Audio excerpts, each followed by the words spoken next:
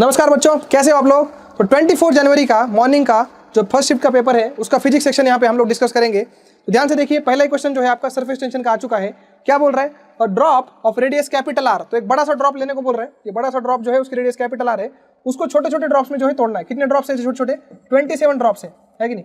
तो बड़े वाले की रेडियस कैपिटल आर है, छोटे की स्मॉल आर मान लेते हैं। वॉल्यूम कंजर्वेशन कर देते हैं फटाफट। बड़े वाला का रेडियस होगा 4/3 pi into r cube is equal to 27 times 4/3 pi into small r cube. यहाँ पे 4/3 पाई जो है नमस्ते कर देते हैं। आर की वैल्यू आ जाएगी 3r। बड़ा सिंपल सा है और क्या बोलते हैं, हर स्टैंडर्ड क्वेश्चन बुक्स में जो है आपको मिल जाता है। r is equal to 3r यहाँ पे आ जाता है। उसके बाद क्या करना है, इस पे फोकस कीजिए। उसके बाद बोला गया कि इस प्रोसेस में जो वर्क डन हुआ है वो 10 जूल है। अब एरिया से जो है वर्क डन निकलता है। कैसे निकलता है सर? तो एनर्जी का फॉर्मूला क्या है? सरफेस एनर्जी का फॉर्मूला है सरफेस टेंशन इनटू एरिया। तो वर्क डन का फॉर्मूला क्या हो जाएगा? चेंज इन एनर्जी मतलब surface tension into change in area.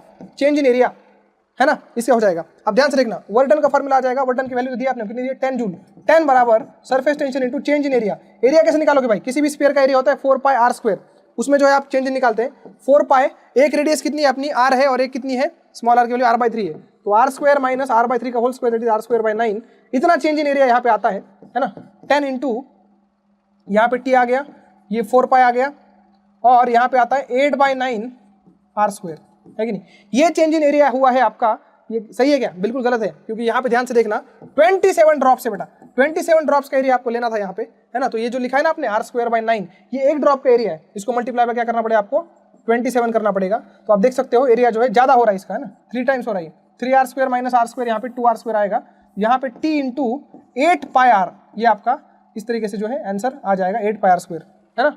मतलब फाइनल एरिया जो है आपका ज्यादा आ रहा है। इसका एरिया ज्यादा आ रहा है, ज्यादा, और इसका एरिया कम आ रहा है कि नहीं। क्योंकि जो है r/3 जो है, r/3 जो आ रही है, small r is equal to capital r/3, वो एक ड्रॉप का जो है रेडियस है। तो एक ड्रॉप का एरिया मैंने सब्ट्रैक्ट किया था, 27 ऐसे ड्रॉप है। तो सबका एरिया मिला के जो 27 से मल्टीप्लाई करोगे इसका r²/9 से, तो यहाँ पे 3r² आता है। एंड दैट इज वाई यहाँ पे t इंटू 8 पाई r², ये आपका चेंज इन एरिया आता है टोटल ओवरऑल देखे तो, है ना। तो ये आपका पहला इक्वेशन यहाँ पे बनता है, वर्क डन बराबर surface tension into change into area, है ना। उसके बाद देखिए सेकंड कंडीशन में क्या बोला गया। अब सेकंड में क्या बोला गया है कि same big drop capital R जो है इस बार 64 छोटे छोटे ड्रॉप्स में जो है कन्वर्ट हुआ है। तो हम ओरली बोल सकते हैं देख के कि कैपिटल आर की वैल्यू इस बार कितनी आएगी? 4r आएगी, है कि नहीं। क्या बोलते हो? 4r आएगी। तो चेंज इन एरिया कितना आएगा? चेंज इन एरिया आएगा 4 पाई इंटू इसका स्क्वायर करो पहले, है ना। क्या स्मॉल आर का स्क्वायर कितना आएगा? Capital r² by 16। बट ऐसे कितने ड्रॉप है अपने पास? 64 ड्रॉप है ना। यहाँ पे फिर से जो है 4r आता है। यहाँ पे आएगा 4r का स्क्वायर माइनस r का स्क्वायर। यहाँ पे जो है 24 पाई, क्योंकि यहाँ पे 3 बच रहा है, 3 नहीं सॉरी, कितना बच रहा है यहाँ पे 3, तो 12 पाई r²। ये आपका चेंज इन एरिया आएगा सेकंड वाले केस में, है कि नहीं। सेकंड वाले केस में चेंज इन एरिया आएगा। तो वर्क डन कितना आएगा वही तो निकालना है। तो सेकंड वाले का वर्क डन आएगा surface tension into change in area which is 12 pi r², है ना। अब मुझे बताइए 8 पाई r² इंटू टी की वैल्यू जो है अपने पास है 10। तो इसको मैं एडजस्ट करता हूँ, है ना। t इंटू 8 पाई r², ये यहाँ पे रख देता हूँ, इंटू क्या करेंगे अपन, इसकी वैल्यू तो हमें पता है ना, 12 की जगह 8 लाना है अपने को। तो क्या करेंगे, इसको 3/2 से मल्टीप्लाई कर दो, है ना। 8 को 3/2 से मल्टीप्लाई कर दो, अपने आप 12 आ जाता है। तो इसको जो है इसकी वैल्यू अपन रख सकते हैं 10 इंटू 3/2, 15 आ रहा है क्या? तो 15 जूल आंसर अपना रहेगा पहले क्वेश्चन का। तो ट्रिकी क्वेश्चन है, ध्यान से देखना। यहाँ पे एरिया के टाइम जो है फाइनल एरिया में एक ड्रॉप का एरिया है 4 पाई r² मल्टीप्लाइड बाय आपको 27 करना पड़ेगा, तब जाके फाइनल एरिया आपको निकलेगा। ये स्टेप अगर मिस हो गई तो आपका आंसर बिल्कुल जो है गलत आ सकता है, इसलिए ध्यान से इसको करना चाहिए। A satellite is revolving in a stable circular orbit of radius r and time period t if orbital radius of another satellite is 1.03 r। ध्यान से सुनना, दो रेडियस के बारे में बात हो रही है। पहली रेडियस थी r और दूसरी रेडियस थी 1.03 r, है कि नहीं। तो 1.03 मतलब मैं यहाँ पे देख सकता हूँ 3% का इंक्रीज हुआ है ना। ओरल सी बात है, 1.03 मतलब रेडियस में 3% का यहाँ पे जो इंक्रीज हुआ है। उसके बाद क्या बोलता है, देन परसेंटेज चेंज, चार्ज लिखा है यहाँ पे, क्या ये percentage change in the time period of the second satellite will be, percentage निकालना है चेंज भाई, dt/t is equal to 3/2 times dr/r। ये कहाँ से आया सर? अरे भाई फॉर्मूला है t² is proportional to r³ या t is proportional to r⁻³ 3/2, Kepler law, Kepler का फॉर्मूला है कि नहीं। तो वहां से जो है ये निकल के आता है dt/t अपने को निकालना है, dt/t बराबर 3/2। What is dr/r? dr/r is fractional change, है कि नहीं। 3% का अगर आपका परसेंटेज चेंज है तो फ्रैक्शनल चेंज कितने का होगा रेडियस में? 3/100 का होगा। क्या बोलते हो? 3/100 का होगा। यहाँ से आप देख सकते हो दोनों तरफ 100 से मल्टीप्लाई, इस 100 को इधर ले लो, तो यही आपका क्या बन जाएगा? परसेंटेज चेंज बन जाएगा। 9/2 मतलब 4.5% का आंसर आएगा। कहाँ है 4.5? ये रहा। तो इस तरीके से जो है बड़ा simple formula base percentage change का क्वेश्चन था। नेक्स्ट पे आइए। नेक्स्ट क्या है, पैरेलल प्लेट कैपेसिटर दिया है। क्या होता है formula parallel plate capacitor capacity का, C is equal to A epsilon not upon D, parallel plate capacitor की कैपेसिटी। लेंथ विड्थ के बारे में बात हो रही है, मतलब एरिया को स्प्लिट कर देते हैं, लेंथ इंटू विड्थ, एरिया को डाल दूंगा इप्सिलॉन नॉट अपॉन D, इस तरह से जो है फॉर्मूला बन जाएगा। तो सब कुछ दिया हुआ है अपने पास, L की वैल्यू 5 दी हुई है कि नहीं, B की वैल्यू 3 दी हुई है और D की वैल्यू 1 माइक्रोमीटर दी हुई है। What will be the dimensions of another capacitor? एक और कैपेसिटर ऐसा होना चाहिए हमारे पास, another capacitor, so that its capacitance become 10 times। 10 time capacity जो है आपकी यहाँ पे होनी चाहिए, 10 टाइम्स, है ना। तो फॉर्मूला में ध्यान से देखिए, अगर 10 टाइम्स आना चाहते हैं तो एक एक जो है ऑप्शन हम डाल के देखते हैं। अब ध्यान से देखना, पहला ऑप्शन चेक करते हैं। पहले ऑप्शन में जो है L की वैल्यू पहले 5 थी, यहाँ पे पहले ऑप्शन में 50 कर दिए, मतलब L जो है 10 गुना बढ़ चुका है। L कितना बढ़ चुका है, 10 गुना। उसके बाद देख लो B जो है 3 से 30 हुआ है, मतलब B भी कितना हो चुका है आपका, B ब्रेड जो है उसका, वो भी, इसको W लिखा है मैंने विड्थ, तो वो भी 10 टाइम्स बढ़ चुका है, दूसरा फैक्टर 10 टाइम्स बढ़ चुका है। और D जो 1 माइक्रोमीटर था वो आपका बन चुका है 10 माइक्रोमीटर, मतलब वो भी 10 टाइम्स बढ़ चुका है ना। हर एक चीज L, W और D हर किसी को जो है पहले ऑप्शन के अनुसार 10 टाइम्स हमने बढ़ा दिया, इसलिए 10 नमस्ते हो जाएगा, और यहाँ पे जो फाइनल आंसर आएगा वो ओरिजिनल के 10 टाइम्स होगा, है कि नहीं। तो पहला ऑप्शन यहाँ पे मैच करता है। ऑप्शन डाल के जो है एक एक आंसर चेक करने थे आपको। पहला ऑप्शन मैच कर गया, टाइम बच गया, पहला ऑप्शन करेक्ट है। नेक्स्ट पे आइए। Resistance of uniform wire is 9 ओम। देख लो भाई, एक वायर है, उसका रेजिस्टेंस कितना है, 9 ohm. It is bent in the form of equilateral triangle. ले लो भाई, इक्विलैटरल ट्रायंगल ले लो। तो इक्विलैटरल ट्रायंगल है और टोटल रेजिस्टेंस 9 है, तो हर एक ब्रांच का रेजिस्टेंस हो जाएगा 3 हो जाएगा, 3 ओम 3 ओम 3 ओम। क्या बोलते हो। उसके बाद जो है क्या बोला है, इक्विवेलेंट रेजिस्टेंस निकालना है बिटवीन 2 वर्टाइसेस। तो 2 ले लो भाई, ये वर्टाइस एक हो गई और ये A और B के बीच में अगर जो है हम लोग कनेक्शन लगाएंगे ऐसे, तो इक्विवेलेंट रेजिस्टेंस निकालना है। अगर आप देखो यहाँ से करंट आता है तो करंट ऊपर जाएगा, ये दोनों सीरीज में आ जाएंगे, और कुछ करंट यहाँ से निकल जाएगा, तो ये 3 6 हो गए, और नीचे वाला 3 पैरेलल में, 6 और 3 पैरेलल में, 6 × 3 बाय 6 + 3 कितना आ जाएगा, डायरेक्ट 2 आ जाएगा, खत्म खेल। बड़ा सिंपल कैलकुलेटिव सवाल। रेजिस्टेंस के बहुत ही मुश्किल क्वेश्चन हम लोग करते हैं, तो कुछ भी नहीं है कि नहीं, 1 लाइनर आंसर है इसका। नेक्स्ट देखिए, A solid cylinder of mass m and radius r is released। अरे भाई हर शिफ्ट में जो है ऐसा क्वेश्चन है, अब ध्यान से नोटिस कीजिए, हर शिफ्ट में rolling cylinder on inclined plane का रोटेशन का क्वेश्चन आता ही आता है, इसीलिए जो इसको आप अच्छे से प्रिपेयर करके जाइए, है ना। A solid cylinder of mass m and radius r is released from rest from the top of a rough inclined plane making an angle of 45 degree. 45 degree का जो है एंगल बना के छोड़ रहा है इसको, है कि नहीं। Assuming cylinder rolls without slipping, pure rolling हो रही है। एक्सेलरेशन पूछा यार, क्या टाइम पास है यार। एक्सेलरेशन का फॉर्मूला सबको पता होता है, A = G sin θ upon 1 + gamma. Gamma क्या है भाई, गामा जो है कोएफिशिएंट होता है मोमेंट ऑफ इनर्शिया के फॉर्मूले में जो आता है वो वाला, है कि नहीं। तो यहाँ पे जो है G की वैल्यू लेते हैं अपन 10 sin θ। sin θ कौन है भाई, 45, मतलब 1/√2, है ना। sin 45 1/√2 आ गया, अपॉन 1 + गामा। गामा क्या चीज है, मोमेंट ऑफ इनर्शिया। किसकी बात हो रही है, सॉलिड सिलेंडर। सॉलिड सिलेंडर का मोमेंट ऑफ इनर्शिया होता है हाफ mr²। ये जो हाफ कोएफिशिएंट है वही होता है गामा तुम्हारा। यहाँ पे 1/2 डाल दो, कितना आ रहा है, यहाँ पे जो है क्या बोलते हैं 20/3 आ रहा है मेरा, और ये √2 भी आ रहा है, मतलब 10√2/3 आ रहा है। देखो कहाँ है 10√2/3, है ना, ये रहा, नहीं ये नहीं, 10√2/3 मतलब G√2/3 होना चाहिए, G√2/3, ये रहा 3 नंबर का ऑप्शन सही है। √2 पर जाएगा 2 के साथ, यही ऑप्शन आता है कि नहीं। 10 की जगह G लिख लो और क्या, है कि नहीं। उसके बाद जो है ये सिंपल सा फॉर्मूला बेस्ड क्वेश्चन था, बट नोटिस करने वाली बात ये है कि प्योर रोलिंग इंक्लाइंड प्लेन के ऊपर चलने वाली, उस पर बहुत क्वेश्चन आ रहे हैं। और ऑप्टिक्स में जो है सिल्वरिंग ऑफ लेंस, ये दोनों बहुत ही हॉट टॉपिक चल रहे हैं, बिल्कुल आप इनको करके जाना, बहुत ज्यादा इसका वेटेज बढ़ चुका है।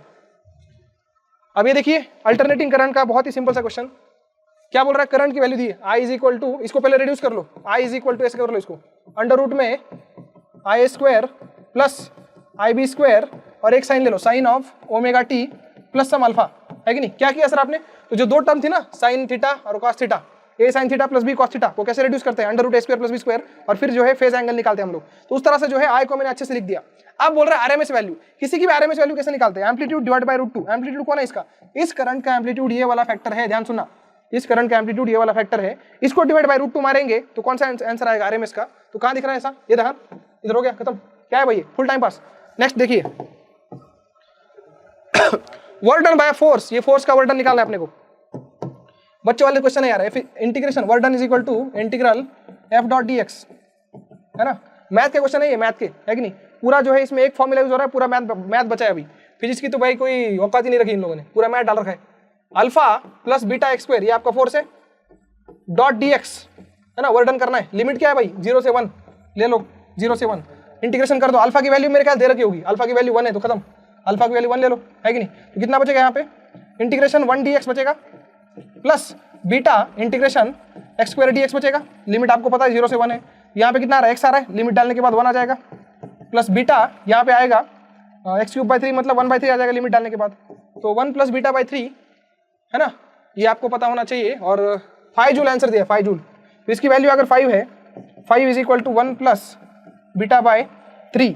तो बीटा बाई 3 की वैल्यू कितनी आती है, बीटा बाई 3 की वैल्यू आती है 4, है कि नहीं, और बीटा की वैल्यू आती है यहाँ पे 12। तो ये रहा आंसर, है ना। मैथ का क्वेश्चन है, फिजिक्स का तो आंसर, फिजिक्स का जो है क्वेश्चन ही नहीं है, ये सिंपल मैथ लग रही है इसमें, इंटीग्रेशन वाली। ध्यान से देखना, सिली मिस्टेक ना हो जाए इसमें। उसके बाद क्या है, तो स्क्वायर लूप दिया है, ऑफ साइड 1/√2, लेंथ देखो साइड, स्क्वायर लग नहीं रहा वैसे, लेकिन स्क्वायर है, 1/√2 इसका जो है साइड लेंथ है। 5 एम्पियर का करंट बह रहा है, मतलब ये वायर से वायर में मैग्नेटिक फील्ड पूछा है सेंटर पे। अरे भाई सीपी सिंह के क्वेश्चन आ रहे हैं तो, है कि नहीं, क्या बोलते हो। ध्यान सुनना, एक वायर ले लो, ये ए से लेके बी तक, ये फाइनाइट वायर है। इस वायर की वजह से सेंटर पे कितना मैग्नेटिक फील्ड होता है ना, क्या फॉर्मूला था, किसी एक फाइनाइट वायर की वजह से सेंटर पे, मतलब सेंटर मतलब साइड वाले पॉइंट पे मैग्नेटिक फील्ड का फॉर्मूला क्या होता था, तो याद करो, μ0 I upon 4πd sine alpha plus sign beta. और क्योंकि स्क्वायर की चर्चा हो रही है तो दोनों एंगल कितने होंगे, 45 डिग्री हो जाएंगे, 45 डिग्री। फटाफट आंसर डाल देते हैं, μ0 I अपॉन 4π। डी क्या चीज है भाई, डी मतलब ये लेंथ, स्क्वायर है ना, स्क्वायर की साइड कितनी दी है, 1/√2 दी है, उसका भी आधा कर लो तो ये लेंथ मिल जाएगी आपको, है ना, बीच वाला जो फैक्टर है। तो यहाँ पे आ जाएगा 1/2√2, 1/√2 था, उसका आधा कर दिया, 1/√2 का आधा 1/2√2 हो जाएगा। तो μ0 I upon 4πd sin alpha plus sin beta which is 2/√2, 1/√2 plus 1/√2 2/√2 which is comes out to be √2 only, है कि नहीं, 2/√2 इज √2। तो यहाँ पे ध्यान से देखिए कि ये चीज जो है ना वो कितनी आ रही है, μ0 I अपॉन 4π, ये √2 तो था ही, इसको ऊपर बुला लो, ये हो जाएगा 2√2, है ना, ऊपर आने के बाद ये पूरा फैक्टर 2√2 हो जाएगा। तो यहाँ पे 4 नमस्ते हो रहा है, देखो ध्यान से, आंसर बच रहा है μ0 I अपॉन पाई। क्या निकालना क्या इसमें, find magnetic field at the centre in micro Tesla, है ना, माइक्रो टेस्ला में चाहिए। 5 एम्पियर करंट है, तो आंसर फटाफट निकाल लो। तो आंसर मेरा है, इसको 4 गुना करना पड़ेगा, क्योंकि ये मैग्नेटिक फील्ड जो है एक वायर की वजह से, इसको 4 गुना करते हैं तो μ0 4μ0 I अपॉन पाई, ये अपना आंसर रहेगा, है कि नहीं। अब ध्यान से देखना, μ0 की वैल्यू डाल देते हैं, 4 की वैल्यू 4, μ0 की वैल्यू कितनी होती है, 4π 10⁻⁻7, करंट की वैल्यू 5, और नीचे भी एक पाई नमस्ते हो गया, देखो 16 और 5 80 आ रहा है 10⁻⁷ के साथ। माइक्रो टेस्ला में चाहिए मेरे को, तो मैं इसको काम करता हूँ, इसको कर लेते हैं अपन, क्या करें इसको, 800 कर ले, नहीं 800 नहीं, इसको जो है आप सिंपल एक करो, है ना, 80 10⁻⁷, ये कैसे आंसर आ रहा है। अच्छा, माइक्रो टेस्ला में पूछा है, माइक्रो टेस्ला मतलब -6 में आपको आंसर चाहिए, है कि नहीं, मतलब 8 माइक्रो टेस्ला आपका आंसर यहाँ पे बन जाएगा, इस तरीके से माइक्रो टेस्ला में पूछा है, तो कोई दिक्कत नहीं है, 8 आ जाएगा, इंटीजर टाइप में होगा मोस्टली, ऑप्शन तो दिख नहीं रहे इसमें। नेक्स्ट पे आते हैं, a body is projected with initial velocity of v0 at 45 degree angle, 45 degree angle के साथ जो है इसको फेंका गया है, ध्यान से देखना, 45 डिग्री एंगल के साथ। प्रोजेक्टाइल मोशन के बड़े सिंपल से क्वेश्चन आ रहे हैं, थोड़ा रोटेशन मिक्स है इसमें। तो v0 स्पीड है इसकी, और 45 डिग्री एंगल है, और क्या चाहिए भाई, 45 डिग्री एंगल मतलब v0/√2 दोनों उसके वर्टिकल और हॉरिजॉन्टल कंपोनेंट स्पीड के आपको यहाँ पे मिल जाएंगे। बॉडी कैसे जाएगी, किसी चीज को अगर फेंकोगे ऐसे तो चीज उड़ती जाएगी ऐसे यहाँ पे, है ना। उसके बाद क्या बोला है, angular momentum of the particle at highest point, बोले भाई एंगुलर मोमेंटम पूछ लिया हाईएस्ट पॉइंट पे, है ना। तो हाईएस्ट पॉइंट जो होता है वहां पे कौन सी स्पीड जिंदा होती है, एक ही, कौन सी, horizontal speed which is v0/√2, यही स्पीड जिंदा रहेगी। और हाईएस्ट पॉइंट है मतलब ये हाइट कितनी हो जाएगी, hmax का फॉर्मूला बको, hmax is equal to u² sin square theta by 2g, है कि नहीं।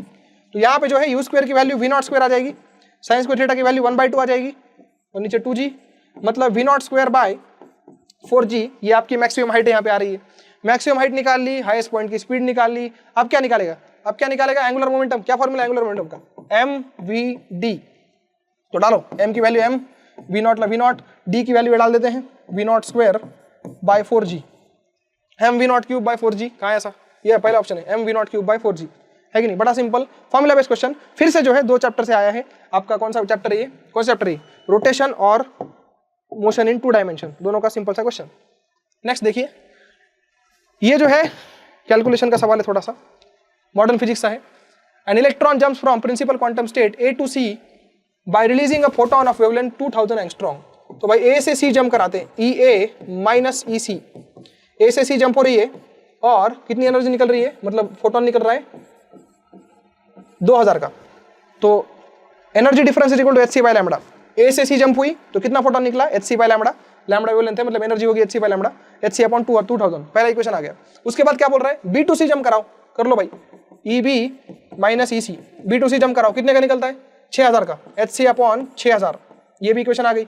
अब क्या बोल रहा है, find wavelength of photon for the jump from A to B. अब ए माइनस करना है, ई ए माइनस ई बी निकालना है। तो ध्यान से इन इक्वेशन को देखो, इन दोनों को सब्ट्रैक्ट अगर आप करेंगे तो आपको अपने आप जो है ई ए माइनस ई बी मिल जाएगा। सब्ट्रैक्ट कर लो, E A minus E B, jump ही करनी है ए से बी, तो क्या कॉमन आएगा, एच सी बाय 2000 कॉमन आ जाएगा सब्ट्रैक्ट करने पे, और यहाँ बचेगा 1 minus 1/3 which is H C by 2000 into 2/3, है कि नहीं।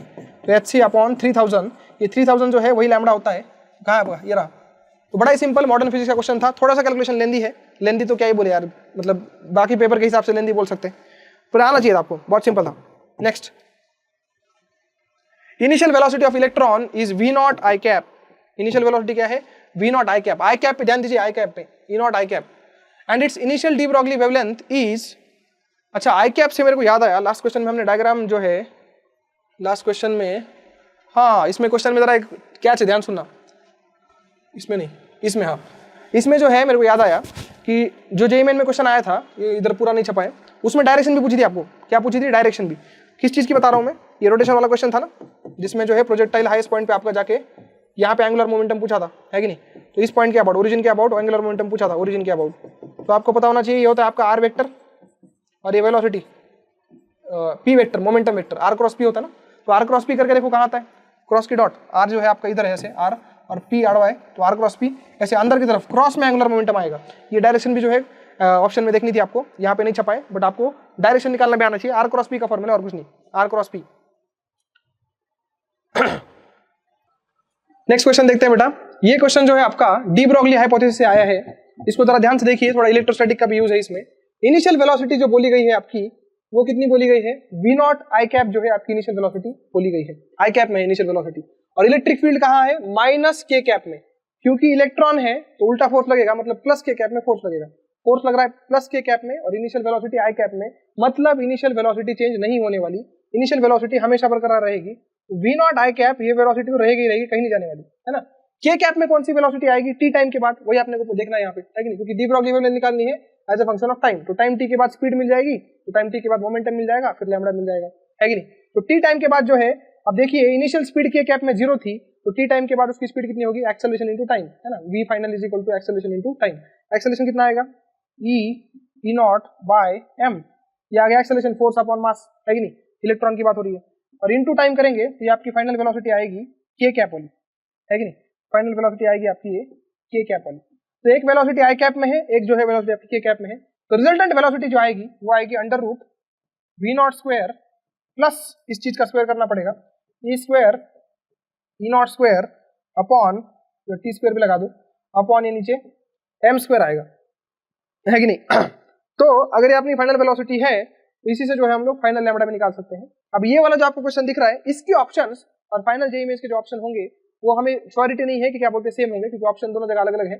इसीलिए जो है मैं आपको यहाँ पे जो मैच कर रहा है वो दिखा देता हूँ, बाकी वेरिएशन जो है कॉन्सेप्ट के साथ नहीं होगा, सिर्फ कैलकुलेशन हो सकता है थोड़ा बहुत। ध्यान से देखना, इसका आंसर अभी हम निकालते हैं। तो इसमें जो है क्या करना है, कहा गया डी ब्रॉगली वेवलेंथ निकालनी है फाइनल वाली। तो final de Broglie wavelength will be H upon final momentum M into final velocity. Final velocity कहाँ, ये रही, under root V not square plus E square E not square T square upon M square. फिर से बता रहा हूँ मैं, options जो है एग्जाम में ऐसे ही आए थे, ये गारंटी नहीं है, बट क्योंकि यहाँ पे ऑप्शन है तो इसके हिसाब से आंसर निकालने की कोशिश करता हूँ मैं। ध्यान से देखना, हर ऑप्शन में मुझे जो है लैम्बडा नॉट दिख रहा है, ये आंसर तो गलत है, सेम थोड़ी आएगा। लैम्बडा नॉट जो है हर जगह दिख रहा है, 1 बाय लैम्बडा नॉट हर जगह दिख रहा है, तो ऑप्शन में कहीं ना कहीं मुझे 1 बाय लैम्बडा नॉट लाना है। कैसे ला सकता हूँ मैं, ध्यान से देखना, एच को जो है इधर रहने दो, अपॉन अंडर रूट एम को अंदर घुसा दो, फायदा होगा, M square V not square plus ये E square E not square T square upon M square, यहाँ से ऐसे बन जाएगा, है कि नहीं। लैम्बडा नॉट क्या है सर, लैम्बडा नॉट भाई इनिशियल जो है उसका वेवलेंथ है। इनिशियल वेवलेंथ कितना रहा होगा, initial speed H upon M V not, है ना, इनिशियल मोमेंटम जो है एम वी नॉट था, H by M V not उसका इनिशियल लैम्बडा रहा होगा, है कि नहीं। इसको एडजस्ट करना है, मुझे मिल चुका है M square V not square, यहाँ पे मिल चुका है M square V not square, square था ही, मिल चुका है मुझे, है कि नहीं। मेरे को चाहिए h नीचे, तो इस h को ऊपर नीचे बुला लो ना, क्या दिक्कत है।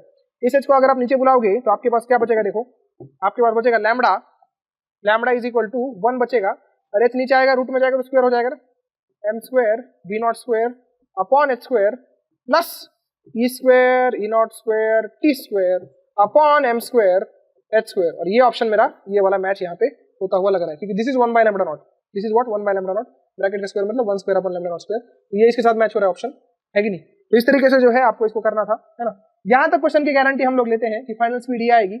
उसके बाद ऑप्शन जो थे जेईई मेंस में, उसके हिसाब से आपको मैथमेटिकल मैनिपुलेशन करना पड़ेगा। वो तो जो है अगर ये क्वेश्चन के ऑप्शन सही है तो ऐसा ही आएगा, वरना कुछ अलग भी आ सकता है।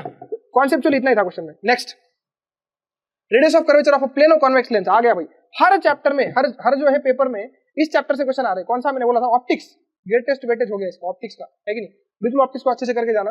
Radius of curvature of plano convex lens, फिर से आ गया भाई, प्लेनो कॉन्वेक्स लेंस, ये देखो इसका रेडियस ऑफ कर्वेचर अपने को दिया है r, है ना, और जो कि वैल्यू दी है 2 सेंटीमीटर, रिफ्रैक्टिव इंडेक्स 1.5, और क्या चाहिए, है कि नहीं।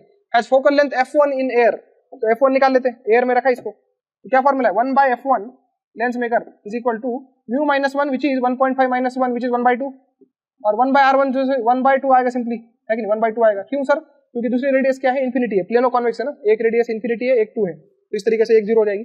तो f1 की वैल्यू कितनी आ रही है बेटा, f1 की वैल्यू आ रही है 4 सेंटीमीटर में, f1 की वैल्यू 4 आ रही है। उसके बाद क्या बोल रहा है, अब जो है रिफ्रैक्टिव इंडेक्स निकालना है जब सराउंडिंग मीडियम क्या हो, 1.2 हो, पहले एयर था तो निकाल लेते। देखो इसी लेंस का अपने को रिफ्रैक्टिव इंडेक्स निकालना है, सो रिफ्रैक्टिव इंडेक्स क्या निकालना है, फोकल लेंथ निकालना है, 1/f2 कितना आएगा, इज इक्वल टू, अब यहाँ पे क्या आएगा, म्यू लेंस कितना है 1.5, सराउंडिंग में अब 1.2 है, पहले सराउंडिंग में 1 था, -1, है कि नहीं, तो फिर से आपका ये 1/2 रेडियस चेंज नहीं हुई, 1/2 कितना आ रहा है, देखो ये 15/12 है ना, मतलब मेरे ख्याल से जो है 5/4 -1 ऐसे आएगा, 3 से करो, 3 into 5 और 3 into 4, तो इस तरीके से 1/2 कितना बच रहा है, 1/8 बच रहा है यहाँ पे, है कि नहीं।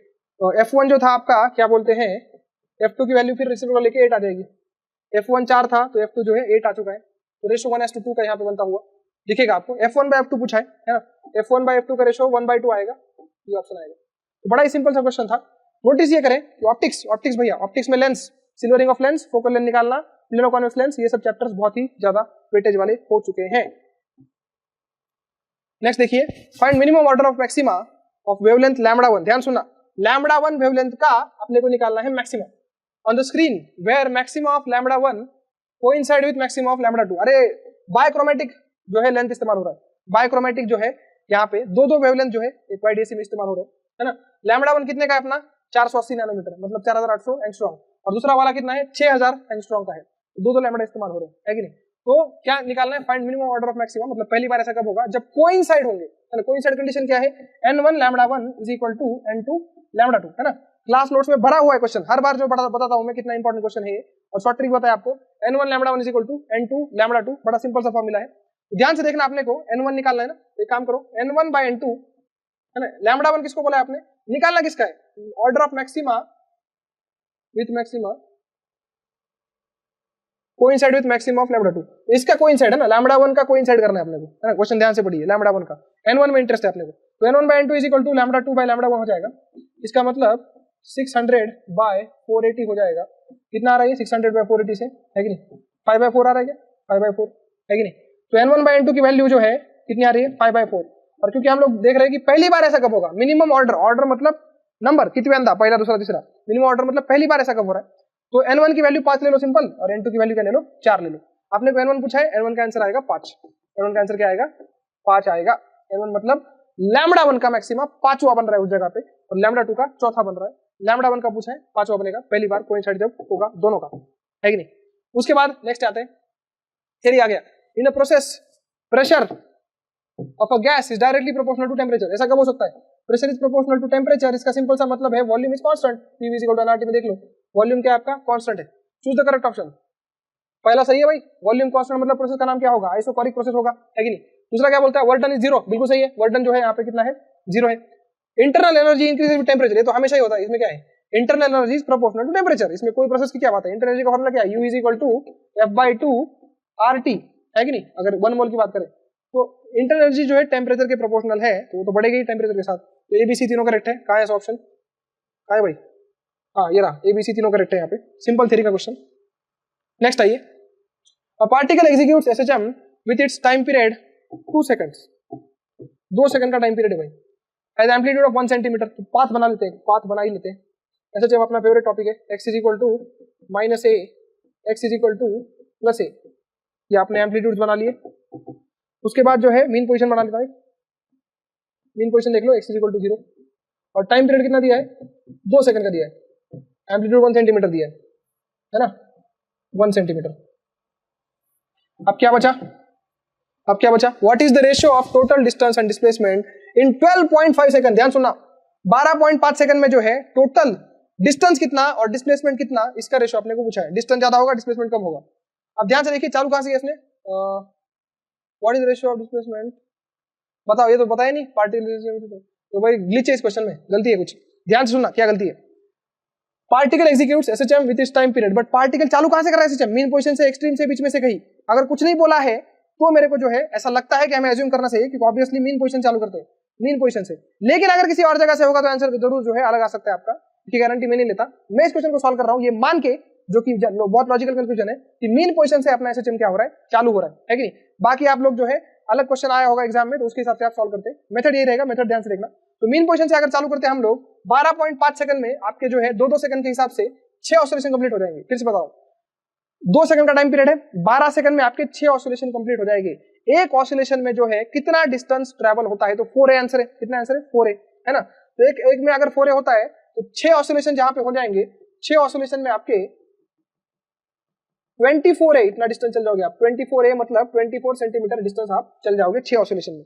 उसके बाद फिर भी कितने बचते हैं, 12.5 सेकंड है, 0.5 second which is 1/4 of the 2 second.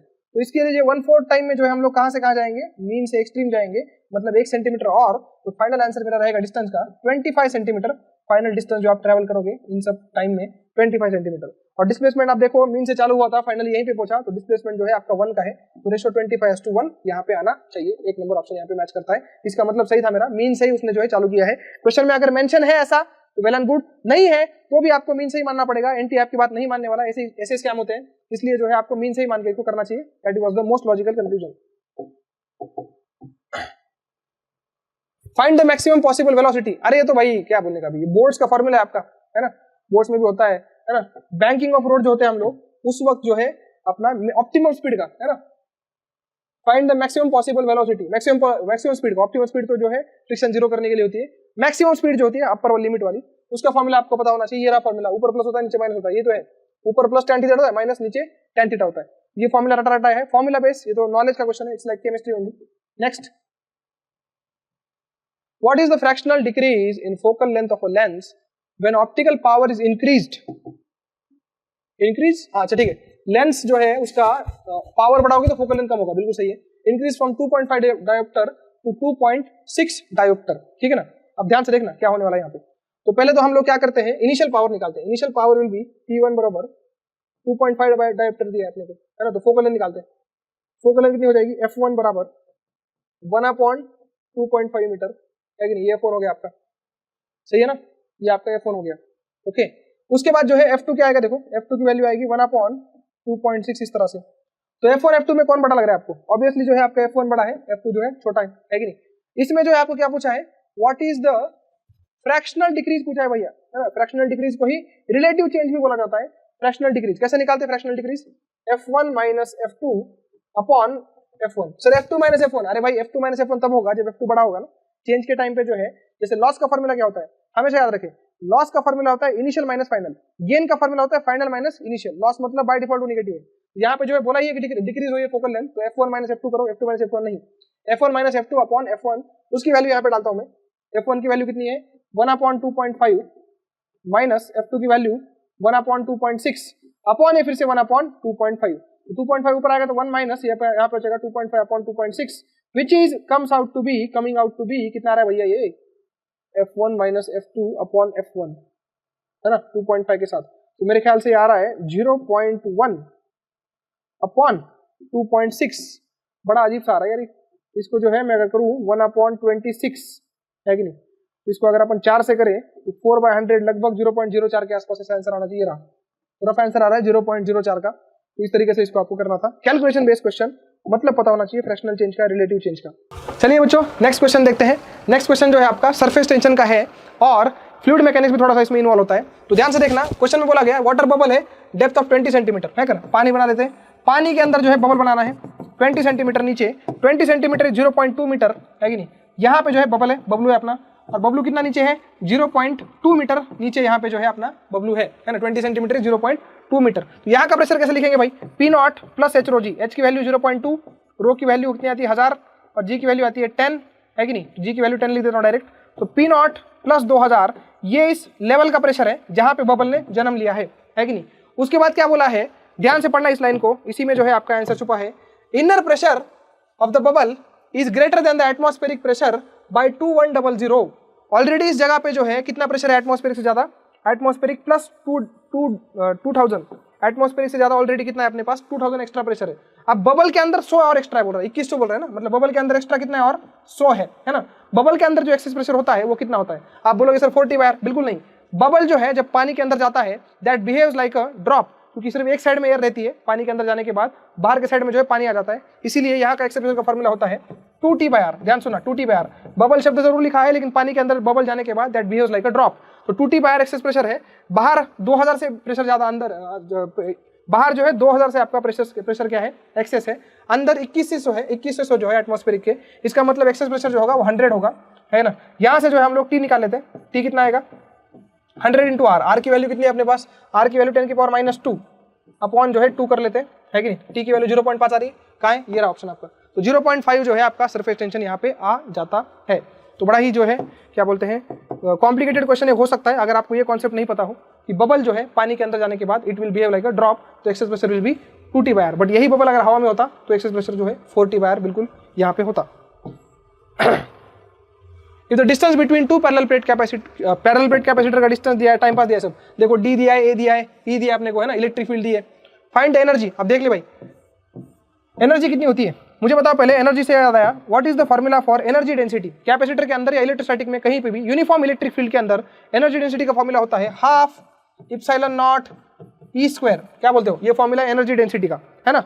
और इसको जो वॉल्यूम से मल्टीप्लाई कर देंगे तो कैपेसिटर के अंदर की एनर्जी आ जाएगी। कैपेसिटर का वॉल्यूम कितना होता है तो A into D volume, energy density into volume, अपने पास एनर्जी आ जाएगी। ऐसा ऑप्शन कहाँ है, 12 epsilon nought E square, half आ गया एप्सिलॉन नॉट आ गया, ई स्क्वायर आ गया एडी, ये रहा पहला ऑप्शन। तो फर्स्ट ऑप्शन यहाँ पे मैच होता है, बड़ा सिंपल था, energy density into volume becomes your energy of the capacitor. Next question देखते हैं, लास्ट क्वेश्चन है, ध्यान से देखना, फिर से वही है भाई अपना स्टैंडर्ड क्वेश्चन है ना। क्या बोला गया है कि यहाँ पे चार्ज क्यू था, यहाँ पे चार्ज क्या था, क्यू रखा हुआ है, और ये क्यू चार्ज जो है एक स्क्वायर प्लेट के सामने रखा हुआ है जिसकी लेंथ एल है और रखा है L/2 पे। अब ये बहुत स्टैंडर्ड है, L/2 जो है यहाँ पीछे एक प्लेट होगी तो आगे भी एक इमेजिन कर सकते हो L/2 पे, ऊपर नीचे साइड में 2 है ना, पूरा का पूरा सेंटर पे इस चार्ज को इमेजिन कर सकते हैं क्यूब के। अगर एक फेस को जो है बॉटम वाला आप ये ले लो जो सामने दिया हुआ है, तो हमें पता है कि अगर जो है क्या बोलते हैं ये जो स्क्वायर है ये L/2 पे रखा है, मतलब ये सेंटर पे आता है अपना चार्ज, तो इससे जो है फ्लक्स जो निकलेगा वो आएगा Q/6 एप्सिलॉन नॉट। रटा रटाया क्वेश्चन है, सबको पता होता है, एक जो है आपका क्या बोलते हैं फेस है उससे Q/6 एप्सिलॉन नॉट इतना फ्लक्स आता है। अब इस फेस के भी जो है कितने टुकड़े कर रखे, ध्यान से देखना है ना, टोटल 4 टुकड़े हैं, उसके भी आधे आधे कर रखे, मतलब 8 टुकड़े हो जाएंगे। 8 में से कितने शेड किए उन्होंने, 5 शेड किए, 3 खाली छोड़े है ना, तो 5/8 जो है शेडेड रीजन है, तो Q/6 का भी जो है 5/8 ले लो है ना, उतना ही शेडेड रीजन है, उसमें से फ्लक्स निकालना है। तो कितना आ रहा है देखो ये 5Q/48 एप्सिलॉन नॉट, जो कि आंसर 5 यहाँ पे x की वैल्यू 48 आती है, इंटीजर टाइप है, x की वैल्यू यहाँ पे 48 आनी चाहिए। अगर इस तरह शेडिंग था तो शेडिंग अगर चेंज होगा तो उसके हिसाब से रेशो भी चेंज होगा। वो जितना हमारे पास डेटा है 5 जो है यहाँ पे जो है 5 उन्होंने बॉक्स शेड कर रखे हैं, तो 5/8 टोटल 8 है, उसमें से 5 शेड कर रखे हैं, तो 5/8 का फ्रैक्शन उसको लेना पड़ेगा, और 5Q/48 एप्सिलॉन नॉट ये अपना आंसर यहाँ पे बन जाता है। थैंक यू वेरी मच, बहुत ही अच्छा जो है आप लोगों ने सुना, ऐसा मैं एक्सपेक्ट करता हूँ। और आप ट्रेंड अगर देखो तो फिर से बता रहा हूँ, 2 जो है चीजें बहुत एकदम जो है टॉप में चल रही है, ऑप्टिक्स में सिल्वरिंग ऑफ लेंस वाले क्वेश्चन, प्लेनो कॉन्वेक्स वाले क्वेश्चन, और इंक्लाइंड प्लेन के ऊपर प्योर रोलिंग वाले क्वेश्चन, उनके जो है बहुत सारे क्वेश्चन आ रहे हैं, उसको बिल्कुल छोड़ना मत, उसको करके जाना। Best of luck.